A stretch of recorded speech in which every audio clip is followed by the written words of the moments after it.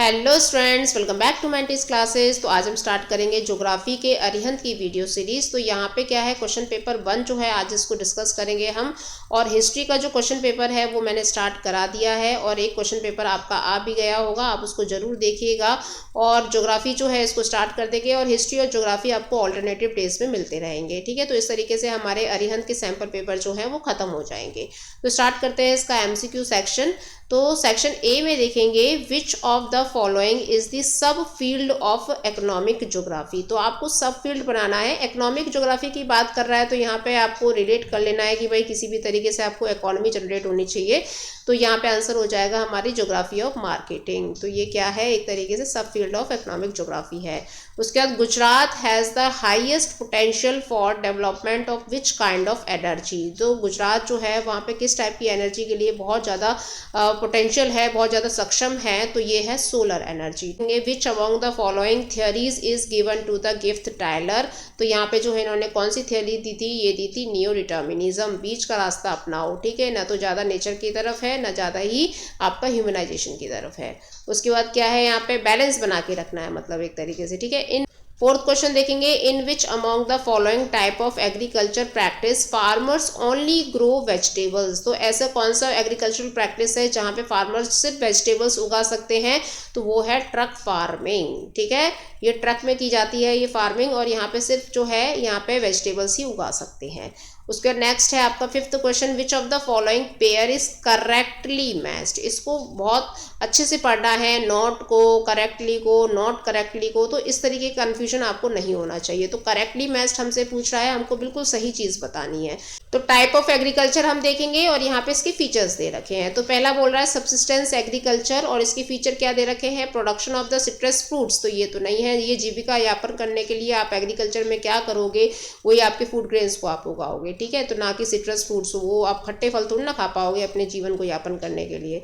तो नेक्स्ट है यहाँ पे डेयरी फार्मिंग, एंड उसका जो फीचर है मिल्चिंग ऑफ एनिमल्स। तो ये बिल्कुल सही है, जो दुधारू पशु होते हैं उन्हीं से डेयरी फार्मिंग होती है। आपका डेयरी प्रोडक्ट्स वगैरह जो है उसके लिए आपके जो पशु है वो दूध वाले होने चाहिए, मतलब दूध देने वाले होने चाहिए। ठीक है, उसके नेक्स्ट है, तो ये यहाँ पे हमें करेक्ट मिल ही गया है। उसके बाद बाकी के जो है ये वैसे भी गलती होंगे।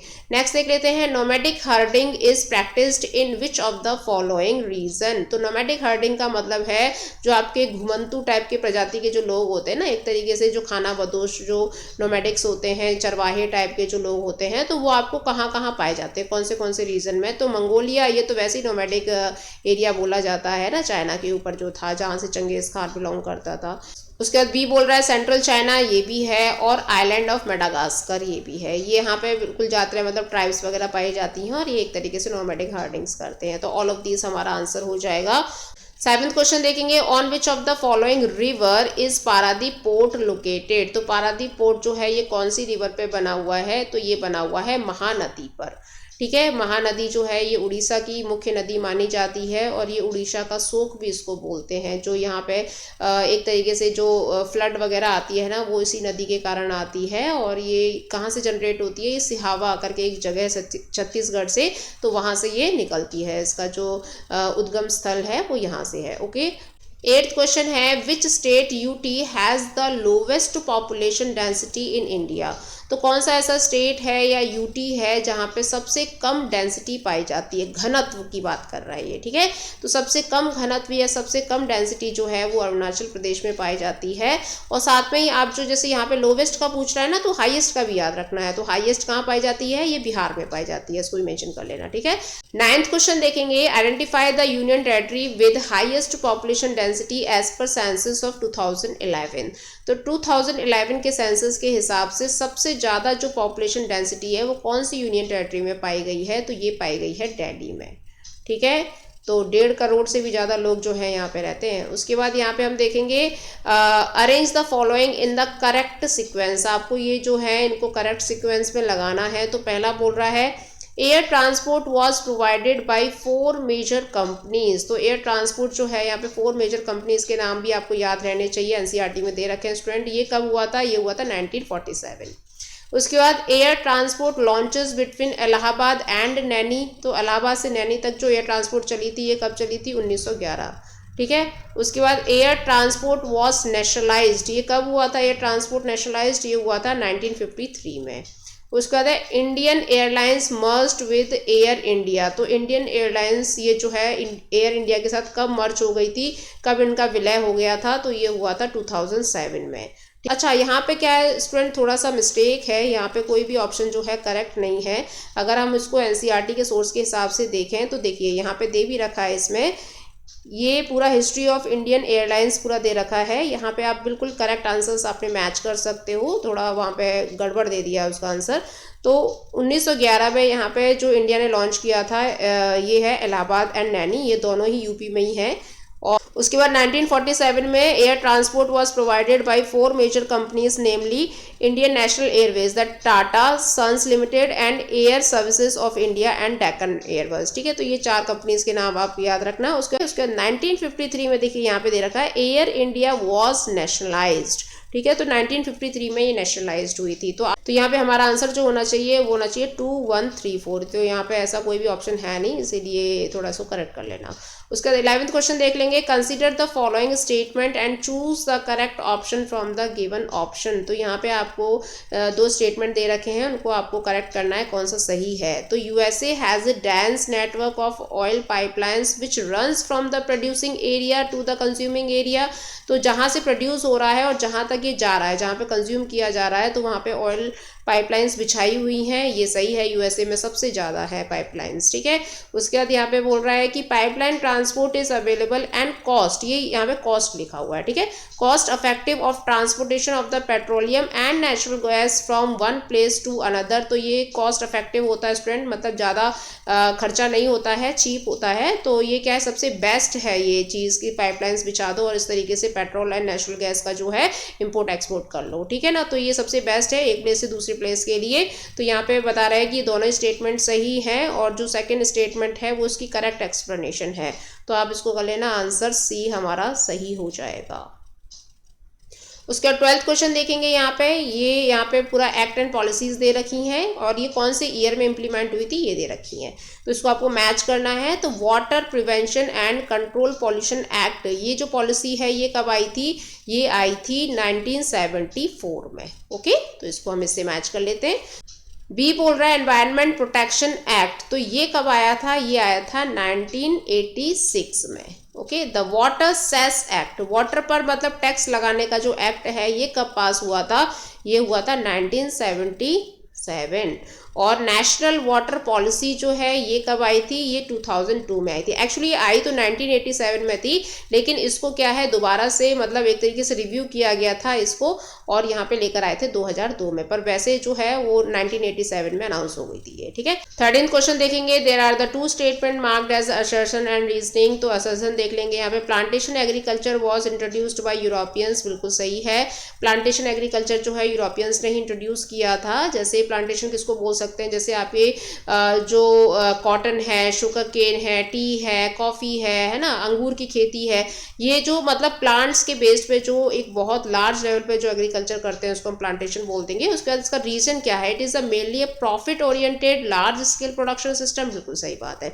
तो इसलिए क्या है यहाँ पे दोनों ही जो स्टेटमेंट है वो बिल्कुल सही है एंड आर जो है उसकी करेक्ट एक्सप्लेनेशन है। तो हमारा आंसर क्या हो जाएगा, both A and R are true and R is the correct explanation of A. ठीक है, उसके बाद 14th क्वेश्चन देखेंगे, consider the following statement and choose the correct option from the given option. तो यहाँ पे आपको ना करेक्ट स्टेटमेंट बताने हैं।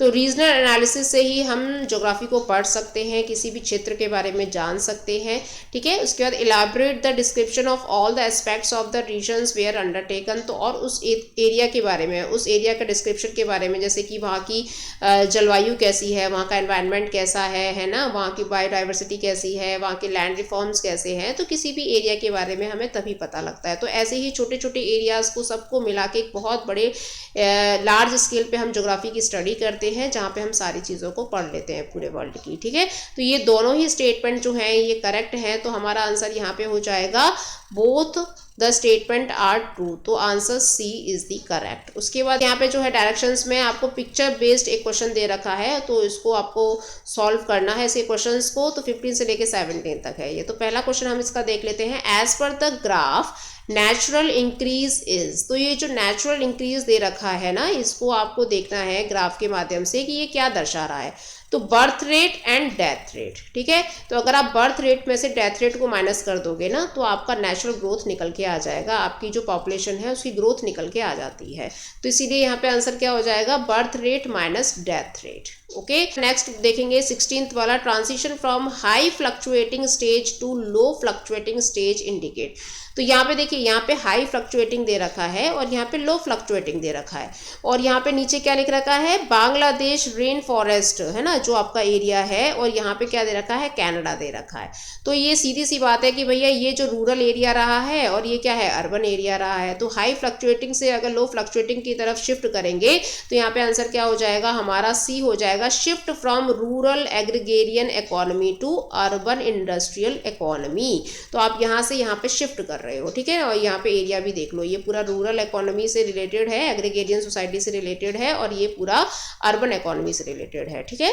17th क्वेश्चन देखते हैं, which stage represents the expanding population growth. तो यहाँ पे सीधा ही दिख रहा है, जो स्टेज 2 है ना, ये सबसे ज़्यादा एक्सपैंडिंग आपका ग्रोथ, पॉपुलेशन ग्रोथ दिखा रहा है, ठीक है। तो यहाँ पे आंसर हो जाएगा हमारा स्टेज 2 यानी आंसर बी। तो यहाँ पे जो स्टूडेंट्स आपके पूरे एमसीक्यू कंप्लीट होते हैं। अब देखेंगे सेक्शन बी, तो यहाँ पे 2 सोर्सेज दे रखे हैं, आपको इसे देखना है। पहला वाला सोर्स देख लेते हैं, ये पूरा एक पैसेज है, इसको रीड कर लेना और इसके क्वेश्चंस यहाँ पे देखते हैं। पहला क्वेश्चन है, what makes irrigation important for a country like India. India में इरिगेशन क्यों इतना इम्पोर्टेंट है। तो इंडिया एक बहुत बड़ा कंट्री है और यहाँ पे बहुत ज़्यादा पॉपुलेशन है, इसलिए इरिगेशन बहुत ज़्यादा इंपॉर्टेंट रोल प्ले करती है। बिकॉज जो इंडिया का जोग्राफिकल लोकेशन है वो काफ़ी फर्टाइल है और यहाँ पे खेती भी बहुत अच्छे से हो जाती है, एग्रीकल्चर अच्छे से हो जाता है, और इतनी बड़ी पॉपुलेशन को चलाने के लिए फूड ग्रेन्स की बहुत ज़्यादा ज़रूरत पड़ती है, ठीक है। सेकेंड देखेंगे, which state comes under Deccan plateau. Deccan plateau के अंडर में कौन से स्टेट्स आते हैं। तो जो भी साउथ का एरिया है ना, जैसे कर्नाटका, तमिलनाडु, आपका आंध्र प्रदेश वगैरह, तो ये सारा एरिया जो है ये किस में आता है, डेक्कन प्लेट्यू में आता है। देख लेते हैं, Tamil Nadu, Kerala and Karnataka. Okay, and next है, which crop is most water intensive. तो ये आप सबको पता ही होगा, सबसे ज़्यादा जो पानी वो कौन सी खेती लेती है, कौन सा क्रॉप लेता है, तो ये लेता है राइस, ठीक है। तो सबसे ज़्यादा जो इंटेंसिव चाहिए वो किसको चाहिए, राइस को चाहिए। उसके बाद यहाँ पे देखेंगे दूसरा सोर्स 19th वाला, observe the given map and answer the following. आपको ये मैप जो है इसको ऑब्जर्व करना है। तो ये मैप किससे रिलेटेड है, ये राइन रिवर से रिलेटेड है, ये रही राइन रिवर, ठीक है। ये यूरोप की सबसे बड़ी रिवर मानी जाती है, एक तरीके से ये स्विट्जरलैंड से निकलती है, यहाँ से निकलती है स्विट्जरलैंड से, और ये यहाँ से बहती हुई इस तरीके से, और कई सारे जो कंट्रीज ये कवर करती है। क्या क्या है इसमें, स्विट्जरलैंड है ना, स्विट्जरलैंड से तो ये निकलती है। उसके बाद क्या आ जाएगा आपका, फ्रांस है, उसके बाद जर्मनी है, फिर यहाँ पे क्या है आपका बेल्जियम, नीदरलैंड वगैरह से होती हुई नॉर्थ सी में जाके ये मिल जाती है। नॉर्थ सी में इसका फ्लो कंप्लीट हो जाता है, ठीक है। ये 700 किलोमीटर लंबी ये पूरी इनलैंड वाटरवे है राइन का। तो सेकंड देखते हैं, this waterway connect which industrial area in Europe. तो यूरोप के कितने इंडस्ट्रियल एरियाज को ये ज्वाइन करता है, एक तरीके से मिलाता है, कनेक्ट करता है। तो ये यहाँ पे कनेक्ट करता है स्विट्जरलैंड, जर्मनी, फ्रांस, बेल्जियम, जितने भी ये कंट्रीज से होके गुजरती है ना, तो इन सबको कनेक्टिविटी मिलती रहती है। उसके नेक्स्ट है, state any 2 characteristics of this waterway. आपको कोई भी 2 कैरेक्टरिस्टिक्स बताने हैं इस वाटरवे के। तो पहला क्या बताओगे कि ये रिच कोलफील्ड है। कोलफील्ड मतलब आपके जो कोयले की खदानें वगैरह है, इन सब के लिए बहुत बढ़िया है ये। और दूसरा है, this waterway is the world most heavily use. आपका जो ट्रेड बहुत ज़्यादा इस पे यूज होता है, देखा जाए तो जैसे 20,000 ओशन गोइंग वेजल्स यहाँ से गुजरते हैं, और 2 लाख समथिंग यहाँ पे जो है इनलैंड वेसल्स। इनलैंड मतलब जो अंदर ही अंदर जो रिवर है ना, ये तो इनलैंड अंदर ही अंदर जितने भी आपके कार्गो शिप्स वगैरह जो गुजरते रहते हैं, तो वो वहाँ पे एक्सचेंज होते हैं। तो ये क्या बता रहा है कि मतलब सबसे ज़्यादा बिजिएस्ट रूट है ये, एक तरीके से देखा जाए वर्ल्ड का inland waterway, not ocean, inland, ठीक है। 20th question, What do you understand by the term outsourcing and why are the IT related service outsourced to the less developed region of the world?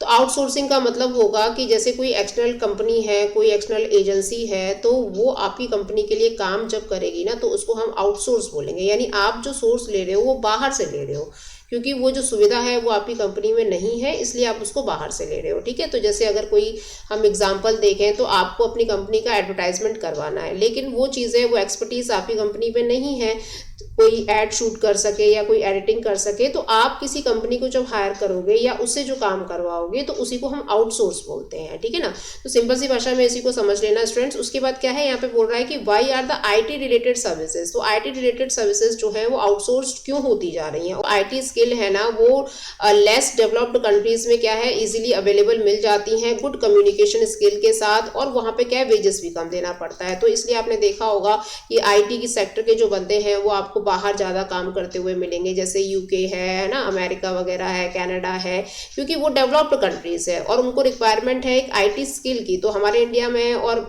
आसपास की जितने भी countries हैं तो वो बाहर जाके काम करते हैं, क्योंकि उनके लिए जो है वो एक प्रॉपर गुड कम्युनिकेशन स्किल्स वाले पर्सन मिल जाते हैं और लोअर वेजेस में वो काम कर लेते हैं। ठीक है, तो 21st question, describe the development of plantation agriculture in the world.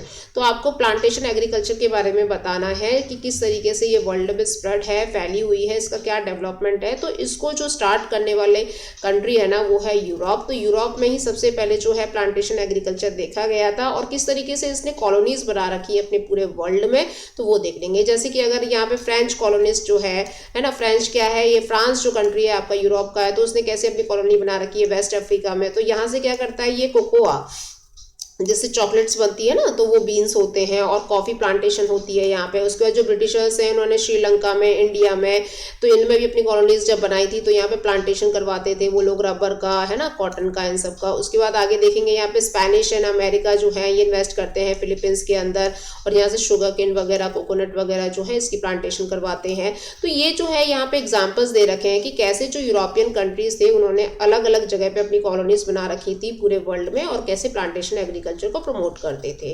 उसके बाद और भी देख लेंगे यहाँ पे क्वेश्चन क्या बोल रहा है कि what are the specialized activities practised in the industrial region of Europe and America, describe any one. तो यहाँ पे आपको बताना है कि कोई भी स्पेशलाइज्ड एक्टिविटी बतानी है जो यूरोप और अमेरिका में प्रैक्टिस की जाती है। फार्मिंग एंड फैक्ट्री फार्मिंग, तो आप ये एग्जांपल के तौर पे ले सकते हो। तो ट्रक फार्मिंग क्या होती है स्टूडेंट्स, ये क्या है, एक तरीके से मेट्रोपॉलिटन सिटीज वगैरह में ही अवेलेबल होती है। और जैसे यहाँ पे क्या होता है, जैसे सब्जी वाले जो लोग हैं ना वो ट्रक भर के सब्जियां ले जाते हैं और वहाँ पे जाके बेचते हैं, तो उसको हम ट्रक फार्मिंग बोल देंगे एक तरीके से। जैसे इस तरीके से देखिए आप, यहाँ पे जो है ये सब्जियां पूरी कलेक्ट करके, और ये क्या है, सिटी में जाएंगी और वहां पे जाके बिकती हैं। उसके बाद अगर दूसरी इमेज देखें तो इस तरीके से भी की जाती हैं, जो ट्रक के अंदर ही, यहाँ पे सिर्फ वेजिटेबल्स ही उग सकती हैं। ठीक है ना, जो मतलब इस तरीके की जो वेजिटेबल्स हैं यहाँ पे ट्रक फार्मिंग ऐसे भी की जा रही है। तो ये एक पैटर्न है जो अमेरिका और यूरोप में चलता है। ठीक है, तो यहाँ तो फैक्ट्री फार्मिंग जो है ना वो होती है कि जैसे लार्ज स्केल पे आप क्या कर रहे हो, जैसे हैंस है, जैसे पिग्स हैं, बफेलोस हैं, काउस हैं, उनको रियर्ड कर रहे हो, है ना। तो यहाँ पे क्या है, जैसे पोल्ट्री के लिए यूज होता है, जो कैटल्स वगैरह है उनको एक तरीके से देखिए, जैसे पिक्चर में अगर हम देखें तो इस तरीके से ये यहाँ पे क्या हो रहा है, ये एक फैक्ट्री फार्मिंग है। यहाँ पे कितने सारे जो पिग्स है ना इनको रखा जा रहा है, और ये क्या पोर्क के लिए यूज होंगे। ये जो फॉरेनर्स जो फ्लैश वगैरह खाते हैं ना, मीट वगैरह खाते हैं, पोर्क, तो उसके लिए ये यूज होगा। और दूसरी चीज अगर हम देखें तो जैसे यहाँ पे आप देखिए ये पोल्ट्री है, पूरा जो मुर्गियां हैं यहाँ पे बंद हो रखी हैं, तो इनका क्या हो रहा है, मुर्गी पालन किया जा रहा है। तो यहाँ पे क्या है, अंडे वगैरह के लिए, चिकन वगैरह के लिए इनको यूज किया जाएगा। ठीक है, तो इसको बोलते हैं फैक्ट्री फार्मिंग। तो आप इसको पूरा अच्छे से पढ़ लेना स्टूडेंट्स। उसके बाद नेक्स्ट हम देखेंगे यहाँ पे 22nd question, what are the 2 की factors influencing India population growth. तो आपको 2 फैक्टर बताने हैं इंडिया की पॉपुलेशन ग्रोथ के बारे में कि क्या फैक्टर्स उसको इन्फ्लुएंस करते हैं। डिस्क्राइब ईच कंपोनेंट की कैरेक्टरिस्टिक्स, तो आपको उसके बारे में डिस्क्राइब भी करना है। तो पहला देख लेंगे हम नेचुरल ग्रोथ, और दूसरी है इंड्यूस ग्रोथ। तो नेचुरल ग्रोथ का मतलब होता है कि इंडिया जो है उसमें नेचुरली किस तरीके से ग्रोथ हो रही है पॉपुलेशन की। देखिए इंडिया जो है वो वर्ल्ड में नंबर 1 पॉपुलेटेड कंट्री बनने वाला है, नेक्स्ट सेंसस में हम देख ही लेंगे इसको। ठीक है, तो वो चाइना को भी बीट कर देगा। तो यहाँ पे क्या है, ये इसकी ग्रोथ के कारण क्या है। तो पहला है नेचुरल ग्रोथ, है ना, तो बर्थ रेट जो है वो ज्यादा है, डेथ रेट कम है, तो इस वजह से यहाँ पे नेचुरली जो बढ़ रही है। और देखिए डेथ रेट अगर कम है तो इसका मतलब है हमारे देश में मेडिकल सुविधाएं सुविधाएं अच्छी हो गई हैं, ये सारी चीज़ें जो है ना ये भी अफेक्ट डालती हैं आपके ग्रोथ के ऊपर, ठीक है ना। तो हमारी मेडिकल सुविधाएं अच्छी हो गई, डॉक्टर्स अच्छे आ गए, इसलिए लोगों को बचा लेते हैं, तो ऐसे क्या है डेथ रेट जो है कम होता जा रहा है, लेकिन बर्थ रेट जो है वो कंटिन्यू है, ठीक है। तो एक कारण तो ये है नेचुरल ग्रोथ, और दूसरा है इंड्यूस्ड ग्रोथ, यहाँ पे माइग्रेशन। अब इंडिया में माइग्रेशन भी बहुत ज्यादा मात्रा में होता है, तो माइग्रेशन भी दो तरीके का होता है, एक इन माइग्रेंट्स है, दूसरा आउट माइग्रेंट्स है। तो इन माइग्रेंट्स का मतलब होता है कि जैसे अगर यूपी का कोई पर्सन है वो बॉम्बे में जाके सेटल हो गया है, या कोई बिहार का पर्सन है वो गुजरात में जाके सेटल हो गया है, तो ऐसे ही आप अपने ही देश के क्षेत्रों में एक जगह से दूसरी जगह पे जब जाते हो, सेटल हो जाते हो, तो उसको इन माइग्रेंट्स बोलेंगे। लेकिन आउट माइग्रेंट्स क्या है कि जैसे आप किसी और कंट्री में जाके सेटल हो जाते हो तो उसको हम आउट माइग्रेंट्स बोलते हैं। वैसे हम तो कम ही होते हैं, लेकिन हमारे देश में कुछ ज़्यादा ही होते हैं, ठीक है। तो इसकी वजह से क्या हो रहा है, हमारे देश में जो ग्रोथ है वो बहुत ज़्यादा बढ़ती जा रही है, तो आप इसको पढ़ लेना अच्छे से। उसके बाद यहाँ पे और में क्या दे रखा है वो देख लेते हैं कि explain India stagnant growth. Stagnant का मतलब होता है एकदम थम सी जाना। तो ये जो ग्रोथ हुई थी फेज 1 में हमें देखने को मिली थी, और फेज 1 जो है इसका टाइम पीरियड बताया जाता है 1901 से लेकर 1921 तक। तो डेमोग्राफिक ट्रांजिशन की क्या थियरी थी उस समय पे पूछ रहा है। तो पहला तो हमारे पास जो है lack of medical health and sanitation facilities थी, है ना, ये सारी सुविधाएं हमारे पास नहीं थी। और दूसरा जो है बहुत ज्यादा जो है पॉवर्टी थी हमारे देश में, हंगर था, फेमाइन आती थी, अकाल पड़ते थे, सूखा पड़ता था, ठीक है ना। उसके बाद क्या है यहाँ पे बोल रहा है कि फर्स्ट वर्ल्ड वॉर जो हुआ था 1914 से लेके 1918 के बीच में, जो फर्स्ट वर्ल्ड वॉर हुआ था, तो उसकी वजह से भी हमारी जो पॉपुलेशन ग्रोथ है बहुत डिक्रीज हो गई थी, बहुत लोग इसमें मारे भी गए थे। उसके बाद इलिटरेसी, है ना, लैक ऑफ फैमिली प्लानिंग, पता ही नहीं है किसी के 14-15 बच्चे हो रहे हैं कब, और उनमें से कितने मर जा रहे हैं, किसी को कोई काउंटिंग नहीं है। तो कहने का मतलब है कि यहाँ पे जो पॉपुलेशन था ना ये बहुत ज्यादा लो था, स्टैग्नेंट, थम सी गई थी यहाँ पे जो हमारी पॉपुलेशन ग्रोथ थी, ठीक है। तो ये आप डाल देना इसके अंदर। उसके बाद यहाँ पे क्या बोल रहा है, describe any 3 physical factors that led to different types of the rural settlement in India.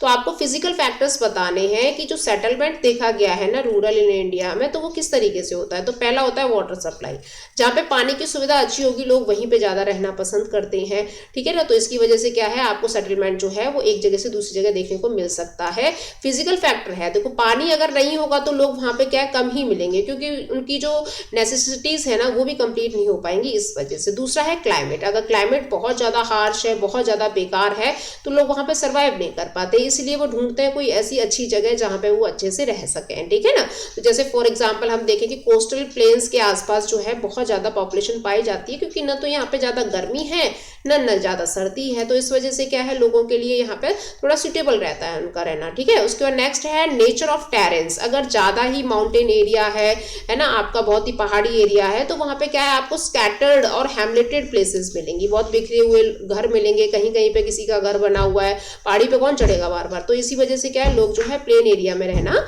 पसंद करते हैं। तो प्लेन एरिया में जो है वहां पे क्या है आपको लोगों का जो सेटलमेंट है ज्यादा देखने को मिलेगा। तो आप ये 3 फैक्टर्स जो है ये इजीली डाल सकते हो स्टूडेंट, जो किससे रिलेटेड है, फिजिकल फैक्टर्स ऑफ लैंड, ठीक है। उसका देखेंगे सेक्शन डी 24th क्वेश्चन बोल रहा है, India has a long list of its import commodities since many decades, discuss about the changing patterns of the composition of India's import. तो आपको India के इंपोर्ट के बारे में यानी आयात के बारे में आपको बताना है कि इंडिया जो है वो बाहर के कंट्री से क्या क्या चीजें लेता है।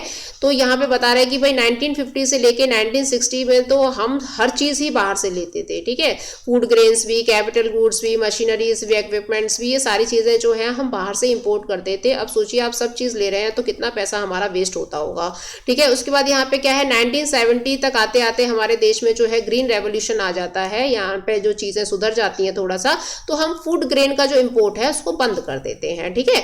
उसके बाद 1973 में क्या होता है, यहाँ पे एनर्जी क्राइसिस हो जाती है। एनर्जी क्राइसिस का मतलब है कि जो फ्यूल से रिलेटेड जो चीजें होती हैं, जैसे फॉर एग्जांपल पेट्रोलियम, तो पेट्रोलियम जो है इंपोर्ट शुरू हो जाता है हमारे भारत के अंदर, और ये आज भी जारी है। और पेट्रोल जो है दिन ब दिन इसकी इंपोर्ट बढ़ती ही जा रही है, क्योंकि स्टैंडर्ड ऑफ लिविंग लोगों का बहुत हाई होता जा रहा है, तो उसी हिसाब से चीजें भी चाहिए उनको, ठीक है ना। तो यहाँ पे ये चीजें देखने को मिली है, इसलिए हमारी सरकार ने क्या इंट्रोड्यूस किया है, एथनॉल, ठीक है। 20% जो है एथनॉल मिलाया जाएगा पेट्रोल के अंदर और फिर बेचा जाएगा, ठीक है। तो यहाँ पे क्या होगा, थोड़ा उसकी जो खपत है पेट्रोल की खपत वो थोड़ी कम हो जाएगी। तो यहाँ पे क्या है हाई स्टैंडर्ड ऑफ लिविंग होने की वजह से यहाँ पे पेट्रोल की जो डिमांड है बहुत ज्यादा हो गई थी, इसी वजह से हम इसको ज्यादा इंपोर्ट करते थे। उसके बाद यहाँ पे कैपिटल गुड्स वगैरह हम लेते हैं, है ना, इक्विपमेंट्स वगैरह लेते हैं, मैन्युफैक्चरिंग ऑफ मेटल्स वगैरह लेते हैं, ये सारी चीजें जो है हम आयात करते हैं, अपने देश के अंदर हम हम मंगाते हैं, ठीक है। उसके बाद यहाँ पे बोल रहा है कि जो हमारा इंपोर्ट का डिक्लाइन हुआ है ये किस चीज़ में हुआ है, फूड में एंड एडिड प्रोडक्ट्स में एंड एडाइबल ऑयल्स में। जो खाने वाले जो ऑयल्स होते हैं ना, जैसे मूंगफली का तेल है, तिल का तेल है, ये सारी चीज़ें, तो इनमें थोड़ी कटौती हुई है, हम बाहर से नहीं मंगाते, अपने देश में ही जनरेट करते हैं। उसके बाद नेक्स्ट क्वेश्चन यहाँ पे क्या बोल रहा है, और कहीं देख लेते हैं इसमें। जैसे इसमें तो इंपोर्ट के बारे में पूछ रहा था, अब यहाँ पे एक्सपोर्ट के बारे में पूछ रहा है कि हम बाहर क्या बेचते हैं, ठीक है ना। तो यहाँ उसके बाद यहाँ पे क्या है, बोल रहा है कि ट्रेडिशनल आइटम जो है ना हमारे भारत की, जैसे कॉफ़ी हो गया, कैश्यू हो गया, तो इनकी डिमांड थोड़ी घटी है। क्यों घटी है, क्योंकि ये ट्रेडिशनल आइटम है, तो इंटरनेशनल कंपटीशन ज़्यादा हाई हो गया, अब हर कंट्री कर रहा है, तो इस वजह से क्या इनकी डिमांड घट गई है। लेकिन हाँ, किस चीज़ की डिमांड बढ़ गई है, फ्लोरिकल्चर, है ना। फ्लोरिकल्चर में क्या आ जाएगा आपका, जैसे फ्रेश फ्रूट्स आ जाएंगे, मरीन प्रोडक्ट्स, तो ये तो अलग है। मरीन प्रोडक्ट्स का मतलब जो समुद्री जो आपके जीव जंतु खाए जाते हैं ना, जैसे केकड़ा है, मछली है, सारी चीज़ें। उसके बाद क्या है यहाँ पे बोल रहे हैं कि भाई जैसे मिनरल्स वगैरह हैं, ये तो खैर कांस्टेंट ही चल रहे हैं, 2010 में भी, 2011-12 इन सब में कांस्टेंट ही चल रहा है हमारा एक्सपोर्ट। उसके बाद यहाँ पे ज्वेलरीज एंड जैम्स वगैरह जो है, इसका एक्सपोर्ट देखा गया है। भारत की जो चीज़ें हैं ये बेची जाती हैं, जैसे और कंपटीशन लगाते हैं हम किससे, चाइना से, ठीक है। चाइना और अदर एशियन कंट्री जो है, इनसे हमारा कॉम्पिटिशन रहता है ज्वेलरी जैम्स वगैरह इन सब के लिए, बाहर बेचने के लिए, ठीक है। तो ये स्टूडेंट आप बहुत अच्छे से पढ़ लेना, समझ लेना, ठीक है। नेक्स्ट क्वेश्चन देखेंगे 25th, explain important types of international trade. Important types बताने हैं आपको इंटरनेशनल ट्रेड के, और नेगेटिव इम्पैक्ट बताना है फ्री ट्रेड का इन द वर्ल्ड, ठीक है। तो फ्री ट्रेड का वर्ल्ड पे क्या प्रभाव पड़ रहा है उसके बारे में आपको बताना है। तो यहाँ पे दो तरीके की ट्रेड आपको बता रखी है। एक है बायलैटरल ट्रेड, जहाँ पे एक कंट्री दूसरे कंट्री, यानी सिर्फ यहाँ पे दो कंट्री जो है वही इन्वॉल्व रहेंगे, तो उसको हम बायलैटरल ट्रेड बोलेंगे। और मल्टीलेटरल का मतलब होता है जहाँ में दो से ज़्यादा जो कंट्री हैं वो इन्वॉल्व रहेंगे, तो उसको हम मल्टीलेटरल ट्रेड बोलेंगे, ठीक है। तो यहाँ पे ये चीज़ हो गई, ये टाइप्स ऑफ ट्रेड है। और यहाँ पे हम कुछ नेगेटिव इम्पैक्ट्स देख लेते हैं फ्री ट्रेड के। तो यहाँ पे देखा गया है कि जो डेवलपिंग कंट्रीज है ना, उनके लिए अनफेवरेबल कंडीशंस पाई जाती हैं, क्योंकि जो डेवलप्ड कंट्रीज हैं वो डेवलप्ड कंट्री के साथ ही ट्रेड करना पसंद करते हैं, तो इस वजह से यहाँ पे थोड़ा पार्शियलिटी हो जाती है। तो ये इसका एक नेगेटिव इम्पैक्ट है फ्री ट्रेड का। और दूसरा क्या है, चीपर गुड्स जो होते हैं, जो विदेशों से आते हैं, तो वो एक तरीके से हमारे जो डोमेस्टिक प्रोड्यूसर्स हैं उनको हार्म करते हैं, क्योंकि इनका मार्केट नहीं चल पाता है। जो हमारे देश के जो प्रोड्यूसर्स हैं, जो अपने देश की जो चीज़ें बनाते हैं, तो उनका सामान नहीं बिक पाता है, क्योंकि जो बाहर से जो सामान आ रहा है वो बहुत ज़्यादा चीप में रहता है, बहुत सस्ता रहता है, इसलिए लोग उसको प्रेफर करते हैं, ठीक है। तो जिसकी वजह से जो डंपिंग है वो देखा गया है। डंपिंग क्या होता है, एक तरीके से ऐसी चीज़, मान लो जैसे चाइना जो है वो अपना वेस्ट जो माल है वो हमारे देश में बेचती है, जो वो खुद नहीं यूज़ करती है, लेकिन हमारे देश में बेच देती है और हम खुशी खुशी उसको खरीद लेते हैं। तो एक तरीके से डंपिंग जो है वो यहाँ पे विजिबल देखा गया है। तो ये सारे जो है इसके नेगेटिव इम्पैक्ट्स हैं फ्री ट्रेड के। उसके बाद नेक्स्ट क्वेश्चन हम देखेंगे, यहाँ पे क्या पूछ रहा था, तो ये पूछ रहा है today's international trade has become the basis of world's economy, define the statement with the example. तो जो आजकल इंटरनेशनल ट्रेड है तो वो किस तरीके से जो मार्केटिंग में इम्पैक्ट डाल रहा है वो चीज़ बतानी है आपको। तो यहाँ पे क्या है, रेड्यूस द इकोनॉमिक डिफरेंसेस। तो कंट्रीज के बीच में जो इकोनॉमिक डिफरेंसेस हैं ये खत्म होते जा रहे हैं, कम हो गए हैं, ठीक है। उसके बाद नेक्स्ट है प्रोवाइड फॉरेन एक्सचेंजेस। तो हर कंट्री के पास आज की डेट में फॉरेन एक्सचेंज है, अंडर डेवलप्ड के पास भी है, डेवलपिंग के पास भी है, और डेवलप्ड तो है ही खैर, ठीक है। उसके बाद प्रोवाइड बूस्ट टू इंडस्ट्रीज। तो इंडस्ट्रीज को एक बूस्ट मिल रहा है यहाँ पे, मार्केट में कंपटीशन में ये लोग आ रहे हैं। जैसे अगर हम एक एग्जांपल यहाँ पे देखें तो चाइना का जो डोमेस्टिक इंडस्ट्री है वो काफ़ी अच्छा कर रहा है, उसके यहाँ पे क्या हो रहा है, इकोनॉमिक ग्रोथ भी अच्छी हो रही है, इसी वजह से जॉब क्रिएशन वो कर रहा है ना। तो ये सारी चीज़ें देखी गई है, यहाँ पे इंडस्ट्रीज़ को बहुत अच्छा बूस्ट मिलता है, स्पेशली जो डेवलपिंग कंट्रीज़ है। उसके बाद टेक्नोलॉजी ट्रांसफ़र होती है, इसी के माध्यम से जो इंटरनेशनल ट्रेड करते हैं उसमें जो टेक्नोलॉजी यूज़ की जाती है, तो उससे क्या होता है, एक इनोवेशन आता है कंट्रीज़ के बीच में, और न्यू टेक्नोलॉजी से वो अवेयर होते हैं, न्यू आइडियाज़ से अवेयर होते हैं। उसके बाद इसी के माध्यम से जो है एम्प्लॉयमेंट भी बढ़ता है ना। तो एम्प्लॉयमेंट जो जनरेट होता है तो उसकी वजह से यहाँ पे स्टैंडर्ड ऑफ लिविंग भी अच्छा हो जाता है, ठीक है। तो ये सारे जो पॉइंट्स है आप अच्छे से देख लेना, पढ़ लेना। उसके बाद 26 क्वेश्चन देखेंगे यहाँ पे, what causes environmental degradation and evaluate it by the citing suitable reasons, ठीक है। तो आपको एनवायरनमेंट किस तरीके से हार्म हो रहा है, हमारा डिग्रेड हो रहा है, उसके बारे में यहाँ पे बताना है।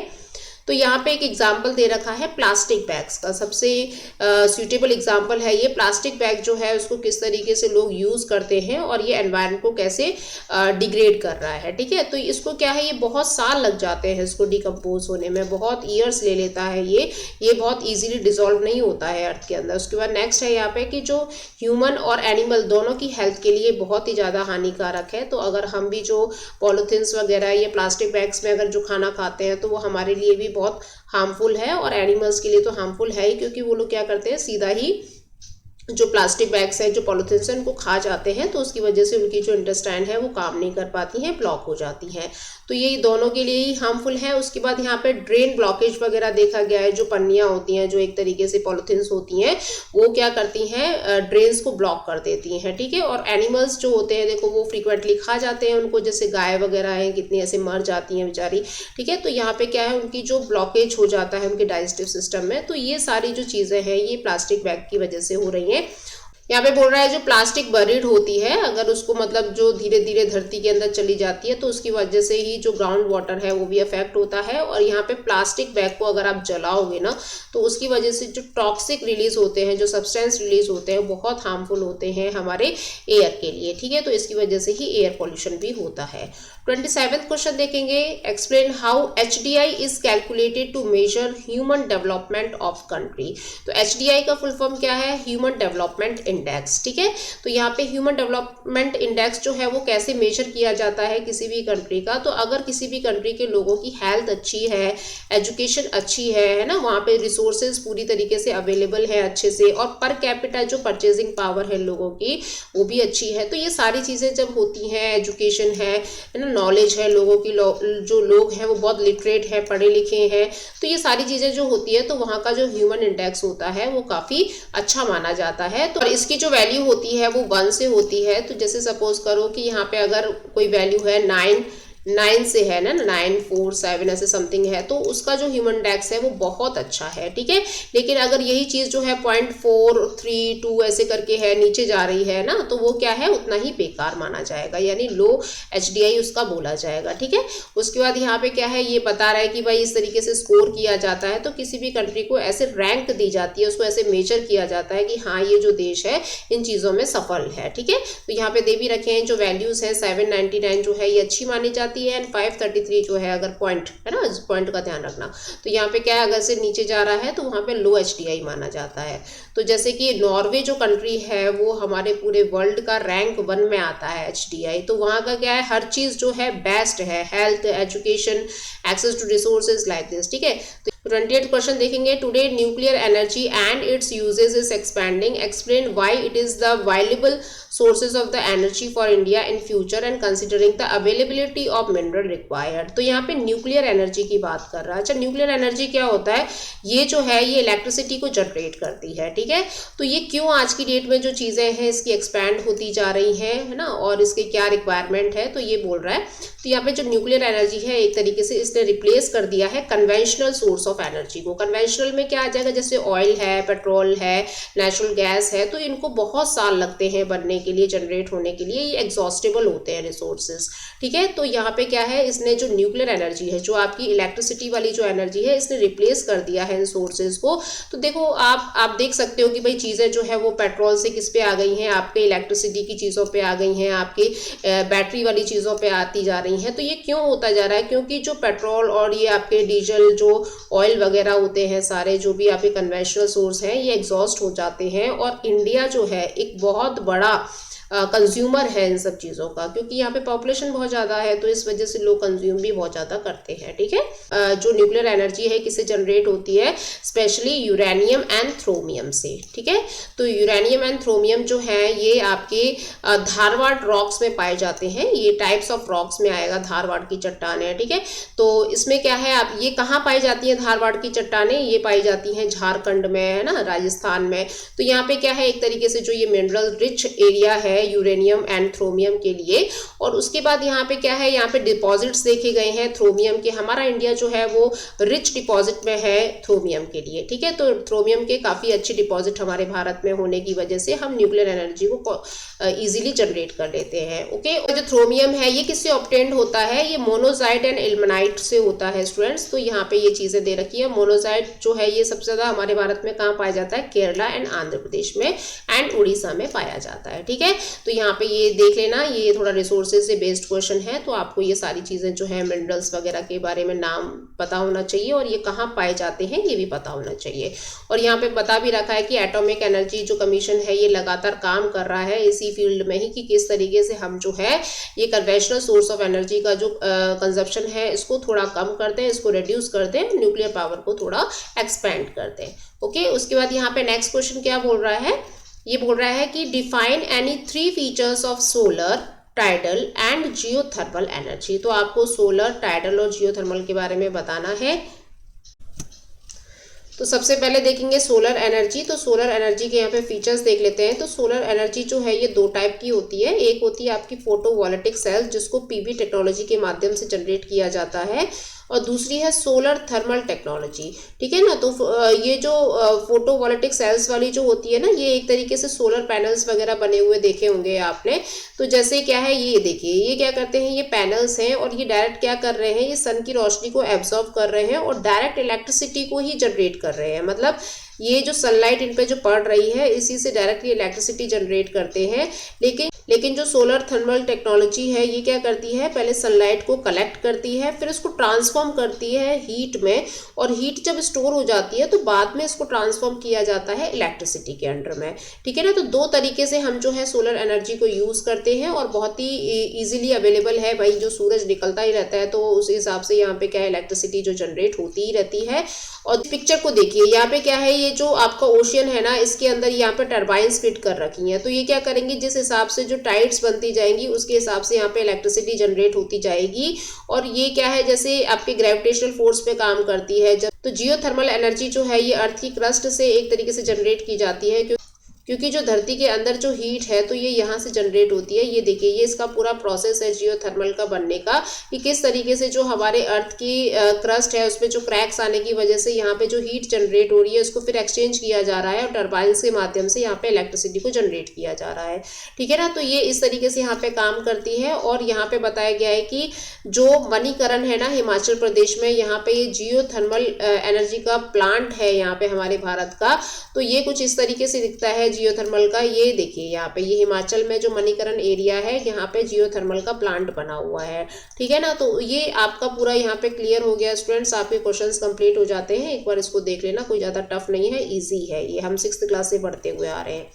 उसके बाद देखेंगे यहाँ पे सेक्शन ई में क्या दे रखा है, यहाँ पे पॉलिटिकल मैप दे रखा है और आपको यहाँ पे कुछ लोकेशंस बतानी है। तो पहला बोल रहा है state having highest population density. तो ऐसा कौन सा स्टेट है जहाँ पे सबसे ज़्यादा पॉपुलेशन डेंसिटी पाई जाती है, तो ये है भाई बिहार, ठीक है।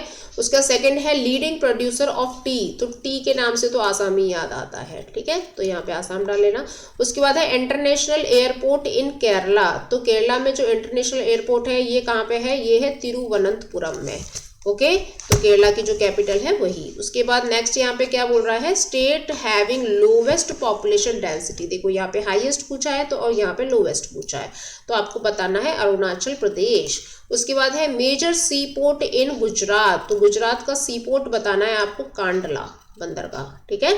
उसके बाद नेक्स्ट है यहाँ पे अ bauxite mine in Madhya Pradesh. तो ये कहाँ पे है, कटनी में है ना, मध्य प्रदेश के कटनी में है।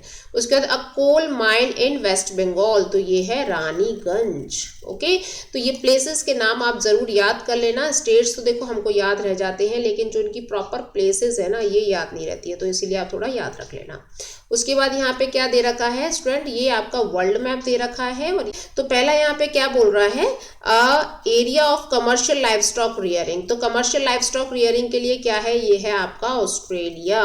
उसका सेकंड बोल रहा है एरिया ऑफ सब्सिस्टेंस गैदरिंग। तो सब्सिस्टेंस गैदरिंग जहाँ पे जीवन निर्वाह इजीली हो सके, ये है आपका अमेज़न बेसिन। उसके बाद बोल रहा है a major sea port in China. तो चाइना का जो सी पोर्ट है ये कहाँ पे है, ये यहाँ पे मार्क कर रखा है, इधर देखिए, ठीक है। ये देखिए ये यहाँ पे दे रखे हैं आपको, बस जस्ट इनकी लोकेशंस आपको इधर डालनी है। उसके बाद फोर्थ बोल रहा है major sea port in Pakistan. तो पाकिस्तान का जो मेजर सी पोर्ट है इसका नाम क्या है, इसका नाम है कराची, ठीक है। उसके बाद नेक्स्ट है a major area of mixed farming. तो मिक्स्ड फार्मिंग जो है ये कहाँ की जाती है, तो ये की जाती है ईस्टर्न नॉर्थ अमेरिका के अंडर में। उसके बाद बोल रहा है एन इनलैंड वाटरवे। तो इनलैंड वाटरवे है पनामा कैनाल, ठीक है। इनलैंड वाटरवे है, यहाँ से रास्ता काट के इधर नहर बनाई गई है इधर क्रॉस करने के लिए। उसके बाद क्या है यहाँ पे मेजर एयरपोर्ट इन यूरोप। तो ये है लंदन, यहाँ पे यूरोप दे रखा है तो यूरोप का जो शहर है लंदन, यहाँ पे इसको मार्क कर देना। तो स्टूडेंट्स यहाँ पे जो है आपके इस तरीके से मार्किंग आएगी, तो आपको यहाँ पे पहचानना है इनका नाम और उसके बाद इनकी यहाँ पे लोकेशंस डाल देनी है कि भाई ये किस किस नाम से यहाँ पे लोकेटेड है। ओके, तो यहाँ पे जो है आपका ये सैम्पल पेपर 1 फिनिश होता है। तो ज्योग्राफी की सीरीज स्टार्ट हो गई है, तो आपको कंटिन्यूसली इसे देखना है। 10 सैम्पल पेपर हम कवर करेंगे और इसकी जो PDF है वो मैंने टेलीग्राम ग्रुप पर डाल दी है, तो आप वहाँ पे जाके सारे सैम्पल पेपर्स को देख सकते हो, क्वेश्चन आंसर्स देख सकते हो और आंसर राइटिंग की प्रैक्टिस भी कर सकते हो। बाकी के मैंने 100 MCQ की एक प्लेलिस्ट बना रखी है, तो उसकी जो लिंक है वो आपको डिस्क्रिप्शन में मिल जाएगी, तो आप वहाँ पे जाके अपना एक क्विज तरीके से क्वेश्चन को अटेम्प्ट कर सकते हो। अपनी तैयारी को जारी रखिए, मिलेंगे नेक्स्ट वीडियो सीरीज में, तब तक के लिए धन्यवाद।